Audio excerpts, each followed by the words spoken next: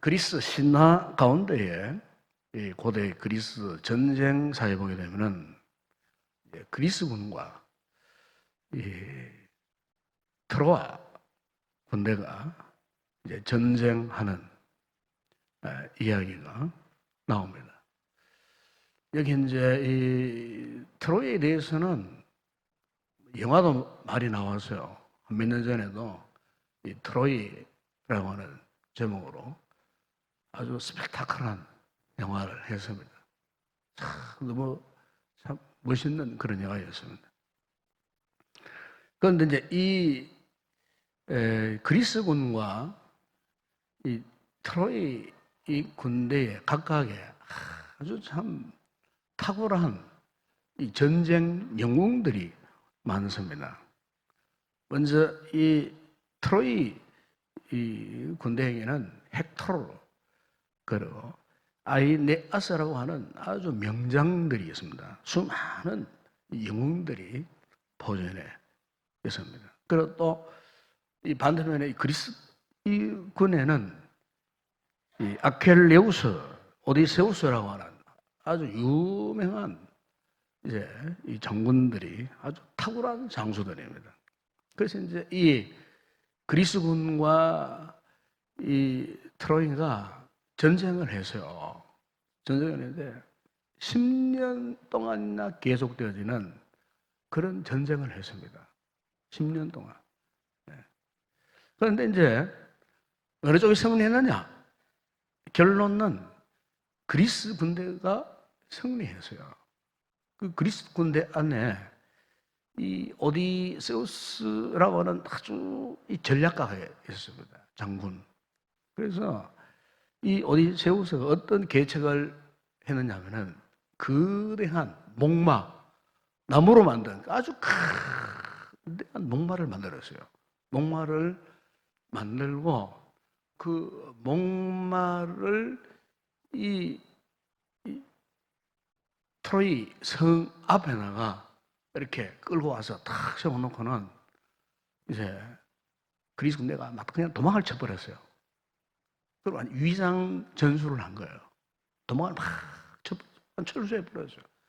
그러니까 이제 이 트로이 성 안인 트로이 군대들이 이게 착각을 한 거예요. 야, 우리 군대가 너무 힘이 있고 무서운 군대니까 저놈들이 우리를 공격해 오려고 하다가 뭐 저 목마 저거 타고 넘어오려고 하다가 그냥 놓고 도망가 버렸구나. 이렇게 해서 막 성문 열고 나가가지고 그 목마를요 성 안으로 끌고 들어왔어요.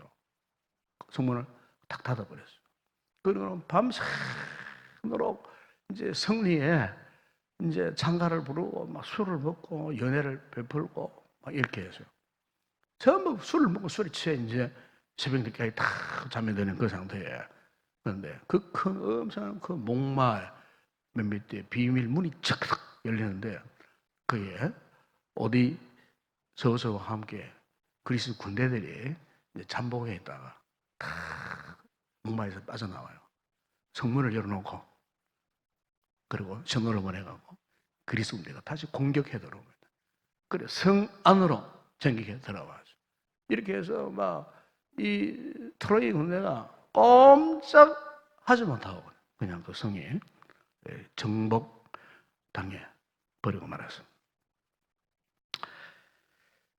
그래서 이제 우리가 여기에 이제 전 이 이야기를 이렇게 보면서 이 트로이 목마가 주는 여러 가지 의미가 많아요. 의미가 있는 것 가운데 그 하나가 뭐냐면은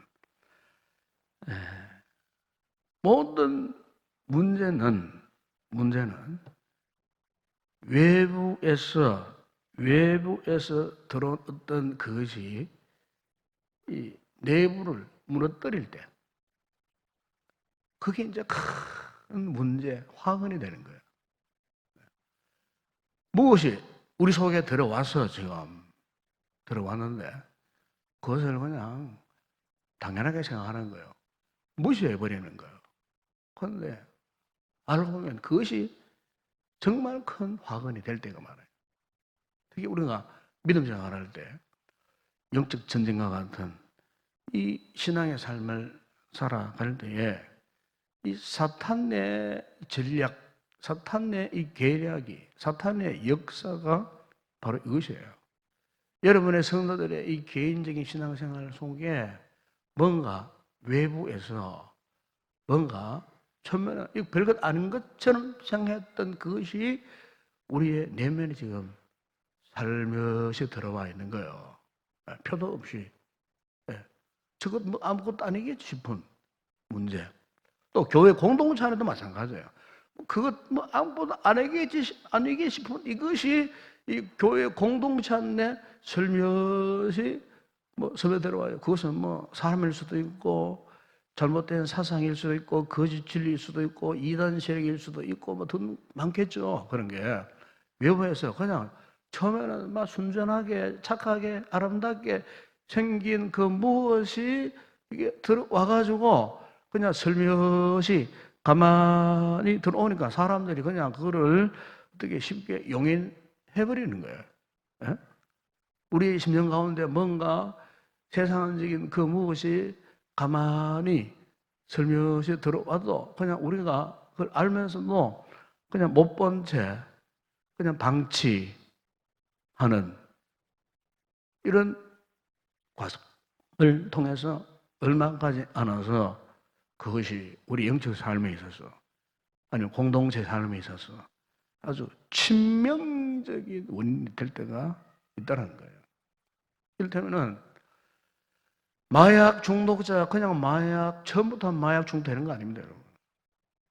친구의 권유로 유혹을 받아가지고 한번 딱 한 번 해봐라, 딱 한 번. 재미삼아가지고 딱 한 번만 해봐라. 이거요, 딱 한 번. 이게 무서운 겁니다, 여러분. 딱 한 번. 재미삼아 딱 한 번 먹어봤던 게 나중에 끊을 수 없는 거예요. 이 무서운 게 그 마약의 특징이 그런 거예요. 예? 술 마찬가지예요. 알코올 중독 마찬가지예요. 처음부터 뭐 알코올 중독 됩니까? 안 되잖아요. 예? 부부가 부부 싸움을 막 하고 남편은 직장 가버리고 그 아내는 방에 어두컴이 앉아 있으니까 막 속이 막 불이 나는 거예요. 예? 참 나쁜 남편, 못된 남편이 말이에요. 부활을 짓는 자기는 뭐 밖으로 나가버리면 되지만은 이 아내는 하루 종일 집안에 있어야 되는 아내는 막 그냥 막 속이 막 그냥 막 터져 나가 견딜 수 없는 거예요. 에라 모르겠다. 그래 마켓 가고 처음에는 소주 한 병 이렇게 갖고 와가지고 예, 막 화가 나가지고 그것도 처음 먹는 술이니까 감춰 놓았다가 들고 와가지고 그 부엌에 서가지고 한 잔 먹으면 좀 나을까. 친구들도 그거 먹고는 뭐 이렇게 불리더라 싶어하고 먹어보니까 얼마나 씁니까? 어? 먹다가 똥 닫아놓고 또 그 다음날 또 그 다음날 이런 있을 때마다 화가 나가지고 또 감춰놓았던 싱크 냄비에서 끄집내고 한 잔, 두 잔, 석 잔, 나중에는 한 병, 두 병 이렇게. 그 주부들 가운데요 그런 분들이 요즘 그렇다 하잖아요. 알코올 중독자들이 많다면 주부들 가운데 가정주부들 가운데 알코올 중독자들이 의외로 많다. 마약 중독자들이 지금 현재 주부들 가운데 굉장히 많다는 거예요. 도박도 마찬가지예요. 도박도 한번 갔는데 횡재를 했어요. 네. 그러면은 한번 횡재하면 안 하면 되는데 이게 사람 심리가 그렇지 않아요. 하니까 막 횡재했다. 한 번 더 해보자. 두 번, 세 번 이제 환상이 젖어버리는 거예요. 그런데 두 번째 하니까 횡재가 됩니까? 땄던 건 오히려 본전까지도 탁 날려버리니까 나중에는 본전치기 하고 싶어서 또 하다가 이렇게 해서 그러면 이게 결국에는 도박 중독에 걸려버리다 그 말입니다. 여러분 오늘날 이 사탄의 역사가 그런 겁니다. 영적 삶에 있어서 이 사탄의 역사가요 마치 이 광명한 천사로 나타날 때도 있어요. 광명의 천사로 우리를 그냥 흠뻑 그것에 마음에 빠지도록 만들어 버릴 때가 있어요. 제가 첫 번째로 말씀드린 것은 이 사탄의 강해 가운데 지난 주간 금요 집회 때 이야기했지 않습니까? 뭐가 있었다 그랬어요? 의심. 이 의심도요, 이게요, 우연히 의심이 오는 거예요, 우연히. 어느 날 갑자기 우연히 의심. 믿음 생활 그동안 내가 잘 했는데 갑자기 어느 날 이 의심의 그림자가 내 심령에 드리워지는 거예요.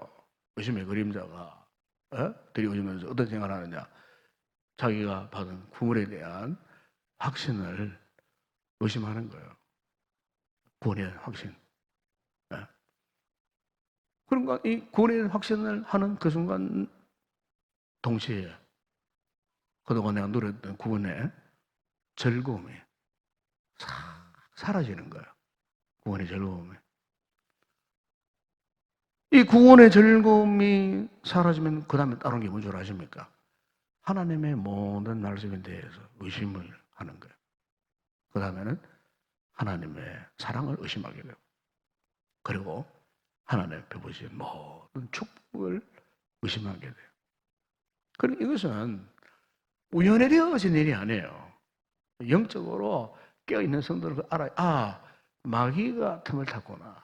이 사탄이 지금 내 심령에 가만히 들어와서 이렇게 틈을 타서 나라고 하여금 내 마음에 내 심령에 의심의 물결을 막 일으키는 거예요. 의심의 물결을 끊임없이 해서 어쨌든 이 성경의 모든 진리, 말씀, 하나님의 존재하심, 구원의 축복 이런 것들을 믿지 못하도록 의심을.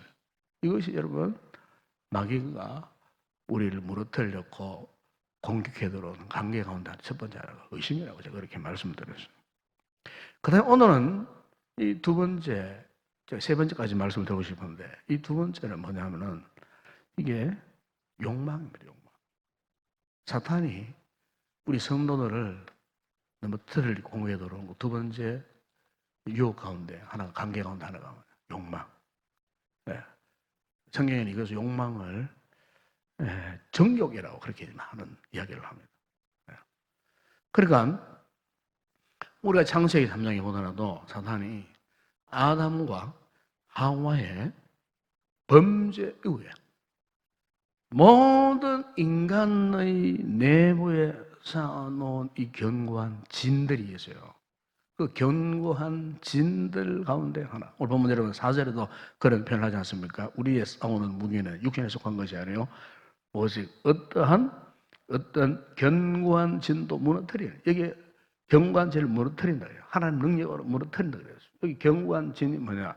사탄이 우리를 정복하려고 쌓아놓은 우리 심령 한복판에 쌓아놓은 이 견고한 진, 영적인 진, 이 견고한 진. 그런데 이 견고한 진 가운데 가장 많이 사람들을 넘어뜨리고 승하는 사탄의 계략이 뭐냐? 사탄이요. 여러분, 사람에게는 태어날 때부터 이 선천적인 욕구가 다 있어요. 선천적인 욕구. 이건 하나님이 주신 욕구예요. 그런데 사탄이 이 사람에게 본래 주어진 이 선천적인 이 욕구를 사탄이 딱 걸고 들어오면 어떻게 변질되느냐. 이것이 악한 욕망으로 변질되어 버려요. 선천적인 착하고 선한 그 욕구가 사탄이 그것을 건드리고 유혹해서 그 거룩한 욕구가 변질되도록 유혹하는 거예요. 이 변질되어 버린 이것이 어떻게 되느냐? 악한 욕망. 그래서 골로새 3장 5절에 사도 바울이 이런 말씀을 했어요. 그러므로 땅에 있는 지체를 죽이라고 음란과 부정과 사악과 그리고 악한 정욕, 악한 정욕을 했어요. 악한 정욕과 탐심이네. 탐심은 우상 숭배네. 악한 정욕. 요한일서 2장 16절에 보시면은 사도 요한은 이 세상에 있는 모든 것이 육신의 정욕, 안목의 정욕과 이생의 자랑이니 이것들은 아버지께로 온 것이 아니라고 해요. 세상으로부터. 이 세상이라고 하는 말은 사탄으로부터 왔다 그 말이에요. 여기 세상은 이 공중 권세 잡은 이 사탄의 세력을 말하는 거예요. 이 마귀의 권세, 마귀의 권세가 우리 성도들을 어쨌든 넘어뜨리기 위해서 본래의 선천적인 욕구를 건드려서 이게 변질되어 갖고 악한 정욕으로 변질시켜서 그래서 육신의 정욕, 안목의 정욕, 이 세상의 자랑으로 변질해서 어쨌든 이 잘못된 정욕 때문에 망하도록, 하나님과 점점 거리가 멀어지도록. 네. 그래서 그 욕구의 그 강렬한 열망, 이것을 우리의 심령에 두는 거예요. 마치 견고한 견고한 성곽을 쌓아 두는 것처럼 차곡차곡, 그 세상에 그와 같은 좋지 못한 악한 욕망들을 우리의 심령에다가 차곡차곡 어떤 것에서도 무너지지 않도록, 이걸 성경은 견고한 진이라고 그렇게 이제 표현을 하는 것입니다. 그래서 사탄은 우리 성도들이 무엇을 노려하느냐? 우리 성도들이 살아가는 삶의 방식. 여러분, 사탄은요, 정말 예리합니다. 정말 간교한 존재입니다. 우리 성도들의 그 삶의 방식, 태도, 예를 들면은 어떤 말을 하느냐, 어떤 행동을 하느냐, 마귀가요, 우리 하나님께서만 우리의 삶을 일거수일투족 관찰하시는 것이 아니에요. 동시적으로 마귀도요, 우리 성도들이 어떤 말을 하는지, 어떤 행동을 하는지 유심히 관찰하다가 그 가운데에 나에게 딱 맞아떨어지는 욕구 있겠죠. 그 사람마다, 성격마다, 기질마다 다르잖아요. 삶의 환경마다 달라요. 생활 수준에 따라도 다르잖아요. 네? 직장 다르고 다 다르잖아요. 삶의 방식이 다 달라요. 우리 선호는 내가 처한 환경이 다 달라요. 어떤 분들은 가난한 분이 있고 부한 분이 있고 많이 배운 분이 있고 적게 배운 분이 있고 뭐 남녀노소 다 다르잖아요. 이런 상황에 가장 걸맞는 딱 맞아떨어지는 나에게 절묘한 강력한 욕구, 사탄이 알아낸다니까요. 사탄이. 네. 내가 너한테는 이런 강력한 욕구를 주면 너는 약해. 넌 넘어질 수밖에 없어. 이 사탄의 IQ가 2000이라 그러죠. 2000. 네? 그 아주 강교한 사탄이 우리를 속들이 다 관찰하고 있는 거예요. 네. 그래서 그 한 가지를 딱 들고 우리 가운데 나타나는 거예요. 딱 나타나면은 우리는 거기 유혹이 넘어가잖아요. 그러면 그때부터 그 한 가지 욕구에 지나치게 집중하도록 만들어버리는 거예요. 그 한 가지 욕구. 그것이 옳지 않는 방법이요, 하나님이 싫어하시는 방법일지라도 이미 그 사탄의 올무에 딱 걸려들어갖고 한 가지 잘못된 욕구에 딱 걸려들잖아요. 그러면요, 그게 그냥 집중해버려요. 그게 매여버리는 거예요. 그 잘못된 욕구의 결과가 어떠할지에 대해서는 사탄은 절대로 말하지 않습니다. 오로지 그 잘못된 욕망에만 집중하도록 만들어버려요. 이게 마귀의 관계입니다. 이게. 여러분, 창세기 3장에 보시면은 아담과 하와에게 선악과를 먹음으로써 발생할 수 있는 처참한 결과에 대해서 사탄이 말했습니까? 절대 그건 말하지 않았습니다, 여러분. 절대로 그 부분에 대해서는 사탄이 말을 안 해요. 무조건 그 잘못된 그 정욕, 거기에 걸려들도록. 마치 여러분, 물고기가 보세요. 낚시바늘 보면 낚시바늘이 참 무섭게 생겼어요. 낚시바늘 해가지고 끝에 참 이렇게 화살촉까지 딱 생겨야죠. 네. 거기가 낚시바늘에 딱 걸리면 웬만해서는 못 빠져나와요. 못 빠져나오도록 낚시바늘의 그 구조가 그렇게 생겨서요. 못 빠져나와요. 빠져나올 수 없어요. 사람의 손을 이렇게 해가지고 안 빼주니 이상에는 물고기 가면 그 낚시바늘 하면 그걸 못 빠져나와요. 여러분, 사탄이 우리를 넘어뜨리려고 준비하는 영적인 낚시바늘, 그 무서운 정욕적인 그 낚시바늘에 다 걸려들면 못 빠져나와요. 지난주에 어떤 뉴스에 보니까 저 전북에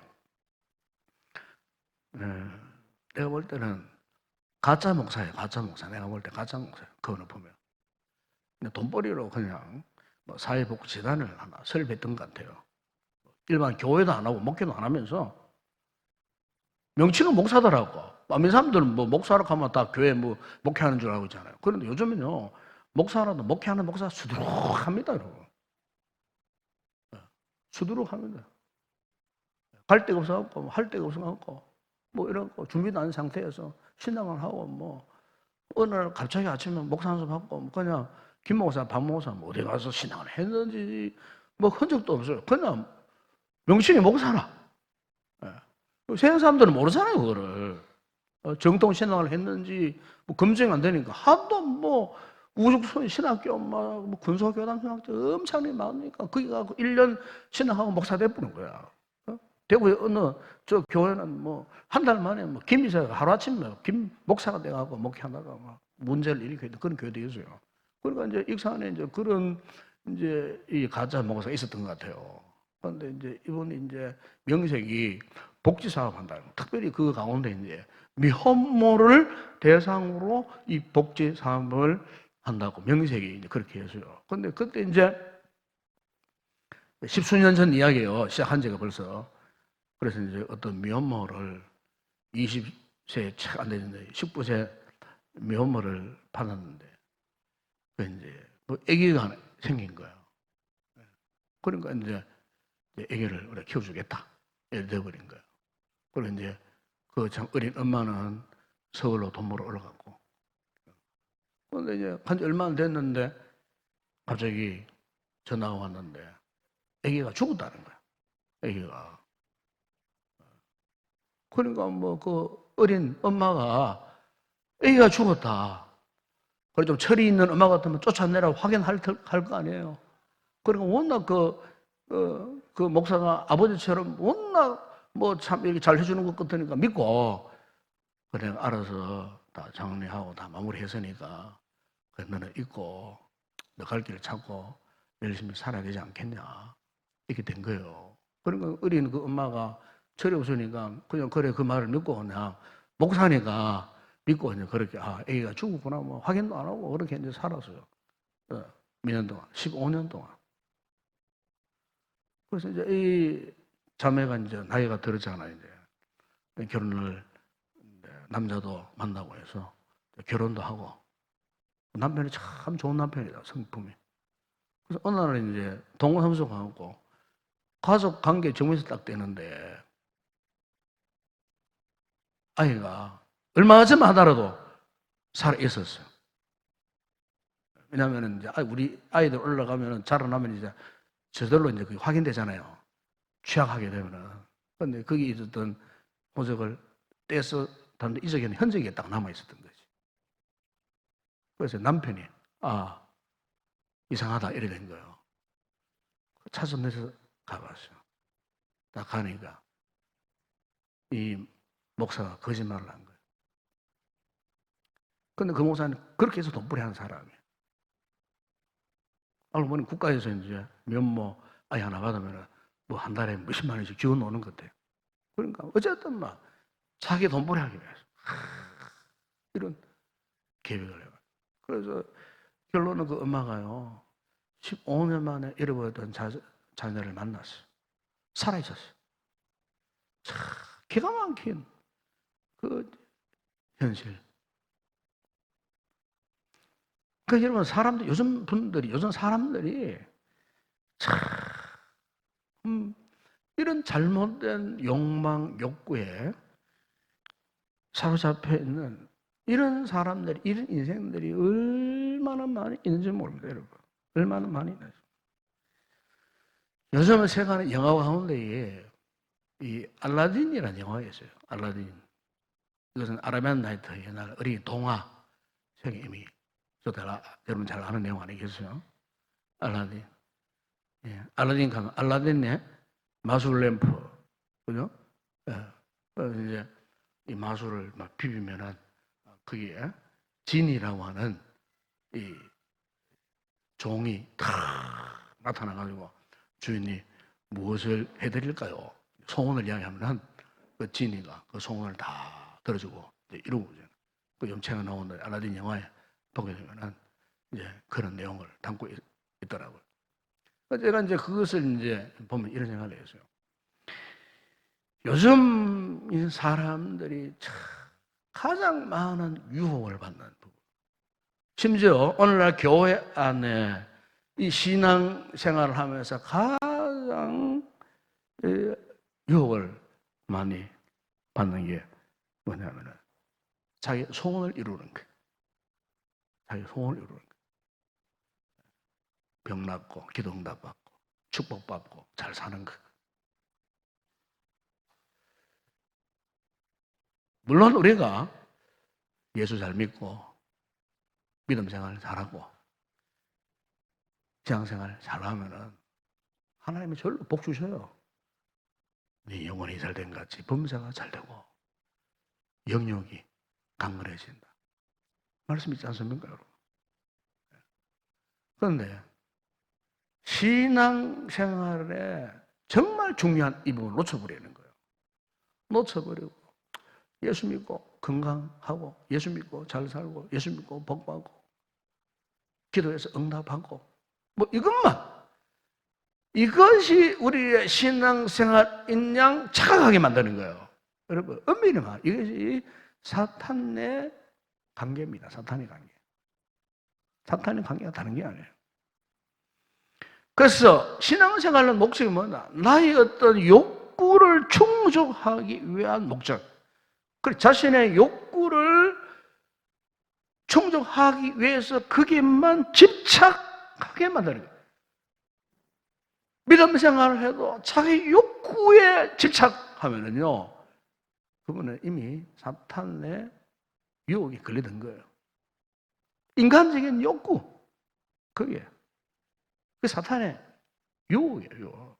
그건 절대로 그런 신앙은 건강한 신앙이 될 수가 없어요. 예수를 믿고 하나님의 은혜 속에 사는 것만 해도 감사해야 되고, 예수 믿는다고 다 복받고 잘 삽니까? 아니잖아요. 우리 예수 믿던 이후에 영적인 갈등이 더 많아져요. 이전에 예수 믿기 이전에 당하지 못했던 시험거리, 각종 고난, 사고, 역경, 예수 믿은 이후에 이런 역경들이 더 많아요. 슬픔들이 더 많아요. 괴로움들이 더 많아요. 예수 믿으면 만사형통 아니에요. 이거는 사탄의 관계야. 사탄의 관계. 여러분 여기에 넘어가면 안 되는 거예요. 예수 믿어도 환난, 고난, 핍박, 가난에서 벗어나지 못하는 사람들이 더 많아요.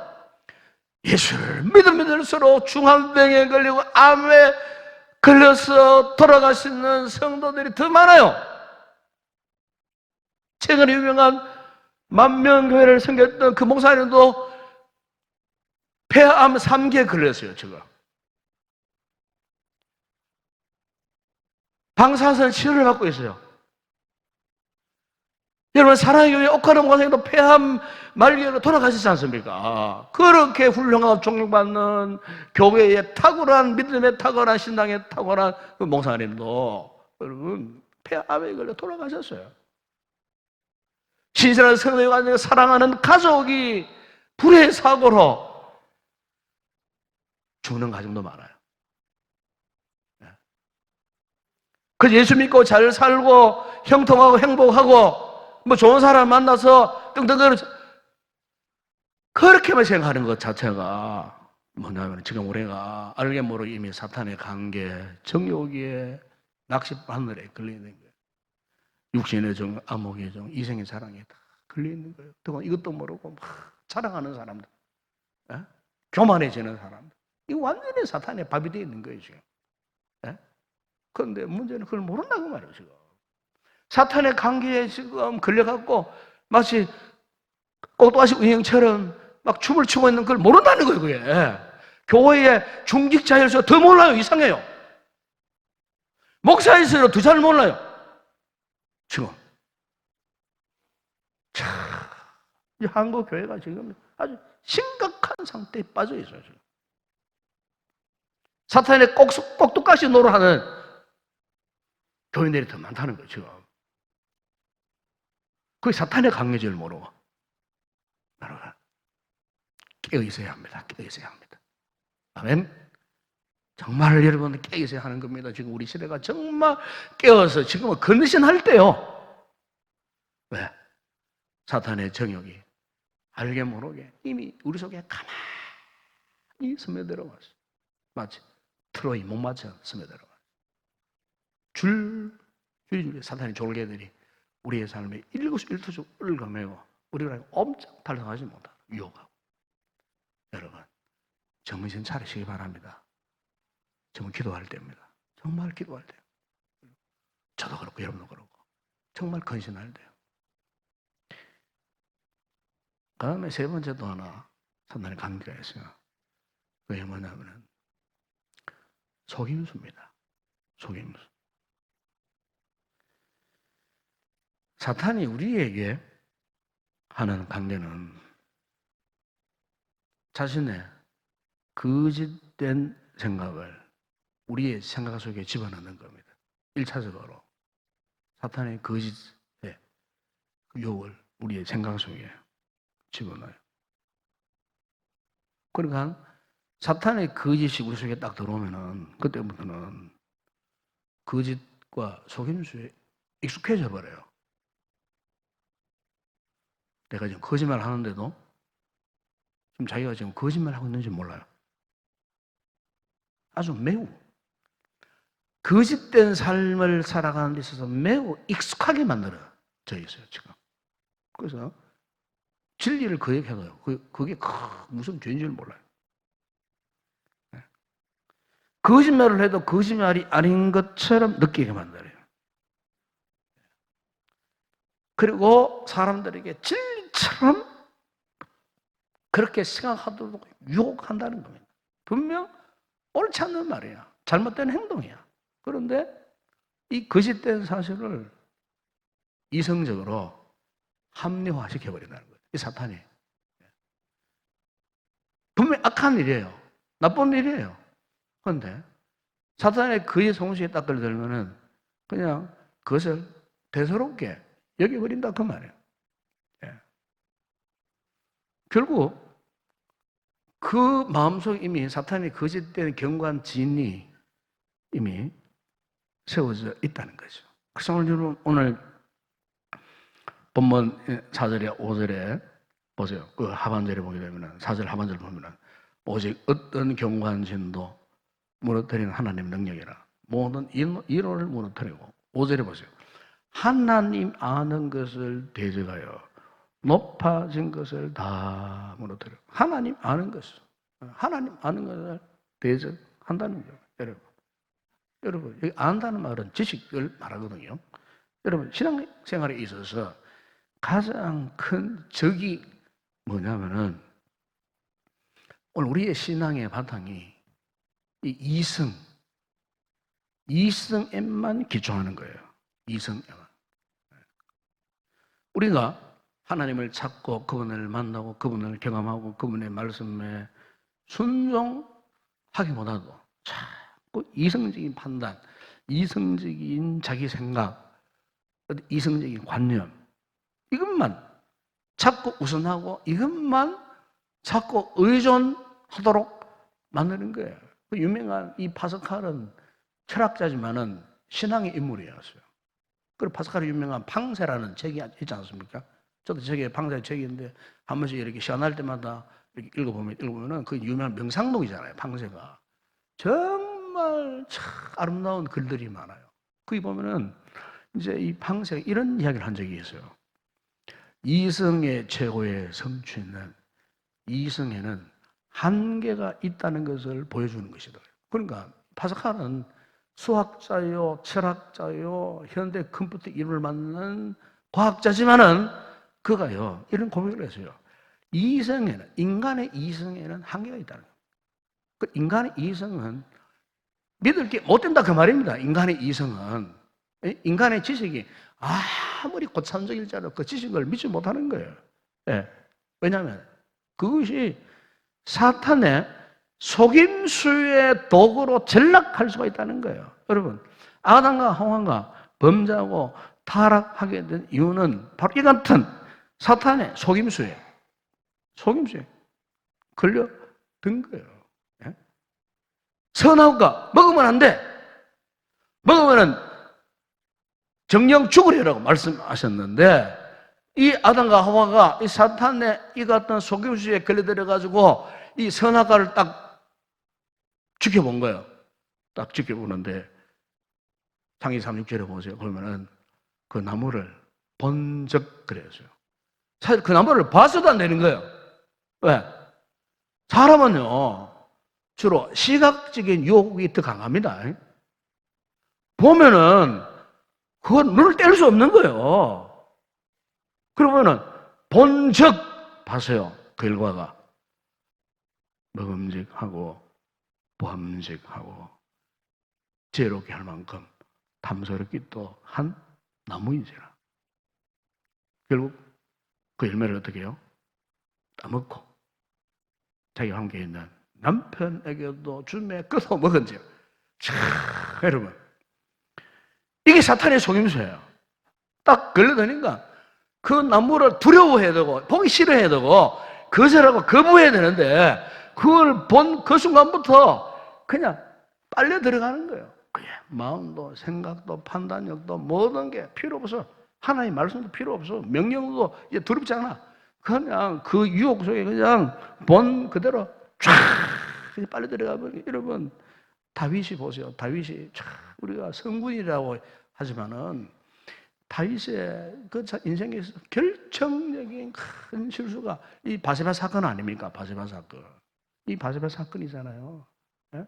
그런데 이 바세바 사건, 여러분, 사무엘하 11장에 보게 되면 다윗이 저녁 때에 그 침상에 일어나고 왕궁 옥상에서 딱 올라가서 그닐라가 그 아래야, 바로 옆에 동네에 바로 한 여인이 벌거벗고 목욕하는 것을 봤는데, 그도 봤다고 합니다. 봤는데 보니 그랬어요. 보니 봤는데 심히 아름다워 보이니까 그냥 고개를 들려고, 아이고 내가 실수했구나 이래 자기 저도 들어가면 아는데 못 들어가고 그냥 넉넉한 모습처럼 막 그냥 거기에서 요시부동 꼼짝하지 못하고 막 그냥 심히 아름다워 보였어요. 근데 거기서 끝났으면 괜찮았어요. 사람까지 보냅니다. 알아보게 만듭니다.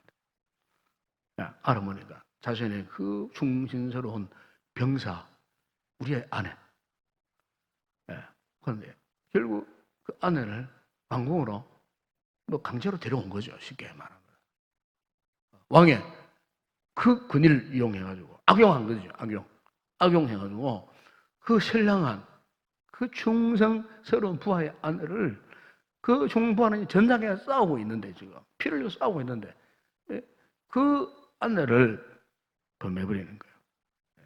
아내만 범해버리고 말았으면 또 그나마 뭐 어느 정도 이해할 수 있겠는데, 여러분, 사무엘하 11장 거기 15절, 17절, 17절에 보세요. 이런 말씀, 거성 사람들이 나와서 요압과 더불어 싸울 때에 다윗의 부하 중 몇 사람이 엎드러지고 사람 우리아도 죽으니라. 그러니까 고의적으로 이 우리아를 완전히 없애버리려고 전쟁 최전선에 고의적으로 보내버렸어요. 왜? 남편이 죽어야 이 여자가 내 것이 되니까. 이런 우리가 이것을 보게 되면요, 이 마귀가요, 이 다윗의 그 성군 다윗을 그냥 하루아침에 그냥 막 곤두박질 치듯 만들어. 영적인 곤두박질, 추락. 그러니까 이걸 보면은 이 사탄이라는 이 존재는요, 우리의 약점을 너무나 잘 알고 있어요. 그 다윗의 약점을 탁 키워잡고 그 놓지 않고 그 약점을 통해 갖고 다윗이 죄를 짓도록 만들어버린 거예요. 제가 오늘 설교 서두에 이 트로이 그리스 전쟁을 이야기했습니다만은, 이 트로이 전쟁이 이 중반을 치닫고 있었을 때에 거기 이제 그 당시에 그리스군의 최대 용장이 누구냐면은 이 아켈레우스 장군이었습니다. 아킬레우스. 그래서 아킬레우스 장군은 이제 트로이 전쟁 중반쯤에 죽었어요. 왜 죽었느냐? 그걸 이해를 하고 싶어요, 지금. 본래 이제 아킬레우스는 이제 그리스나에 보게 되면 그의 어머니가 바다의 신 테티스의 아들이었어요. 바다의 여신 테티스가 아들을 낳았는데 이게 아킬레우스였어요. 그래서 이 테티스는 그 엄마는 이 아들이 어쨌든 막 자기 나의 최고의 용장으로 만들고 싶었어요. 그래서 막 칼이 들어와도 이 아이를 해하지 못하고 창이 들어 이 아이를 해하지 못하고 그래서 이제 그가 이제 어떻게 했냐면은 그 지하 세계 스틱스 강물이 흐르는데 그 스틱스 강물의 아이를 이제 담그는 거예요. 이 아이를. 그래서 이제 최고의 무적의 이 용장을 만들기 위해서. 그래서 이제 이 아기를요, 엄마가 거꾸로 이 발목을 이렇게 잡고 그 스틱스 강물에다 담그다가 건져냈어. 그때부터 이 아켈레우스는 천하 무적의 강철, 무적의 인간이 되었어요. 그러니까 트로이 전쟁의 최고의 영웅이라 말하면은 이 아켈레우스예요, 아켈레우스. 그런데 이 아켈레우스가 무슨 전쟁을 하든 백전백승, 그야말로 천하 무적의 전사가 되어버린 거예요.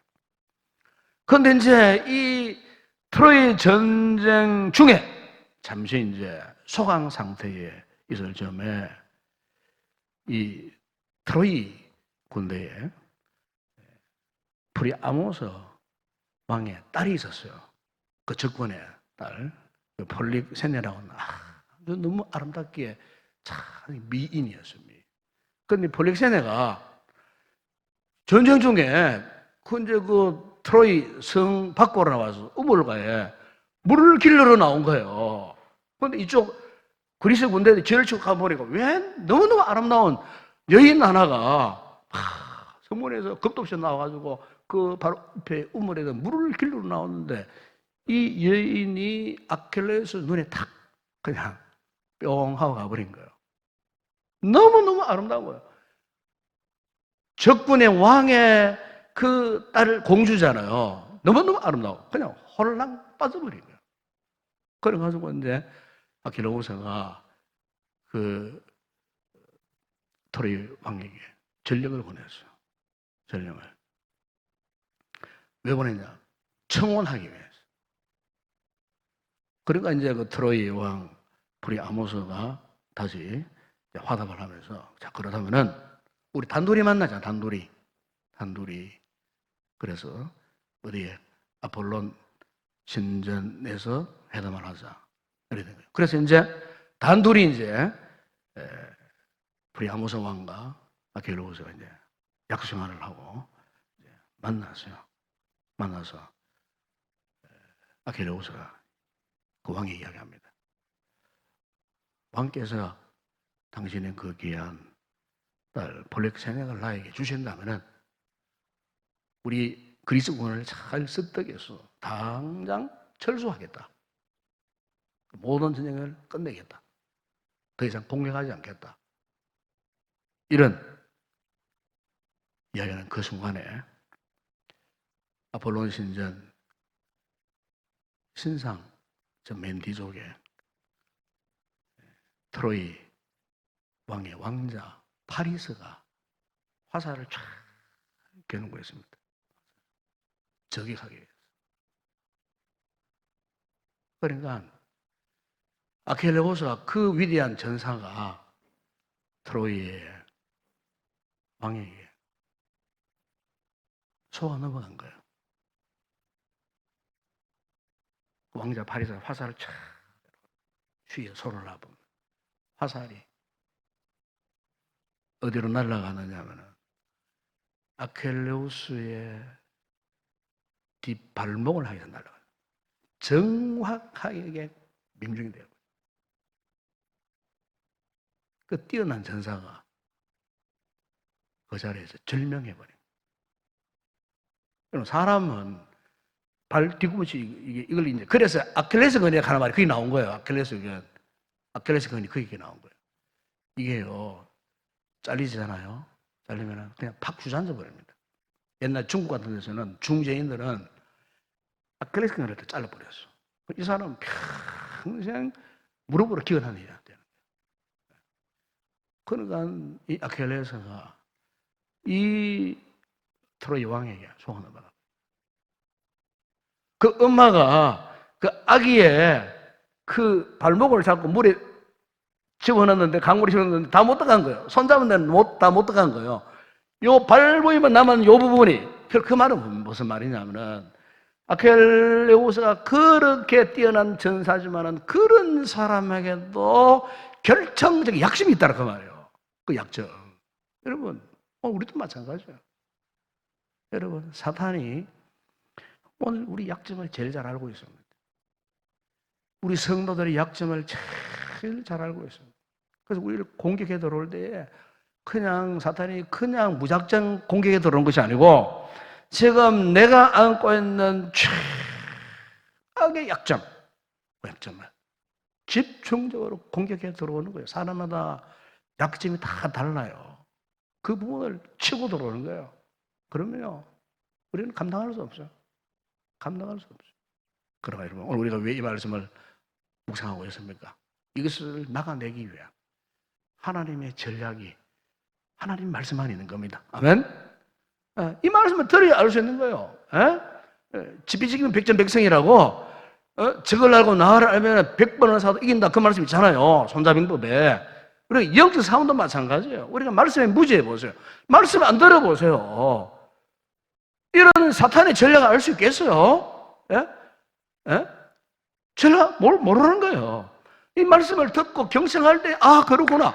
나에게 어떤 약점이 있구나. 어쨌든 이 약점을 내가 지켜야지, 보호해야지, 말씀으로 순종해서 지켜내야지.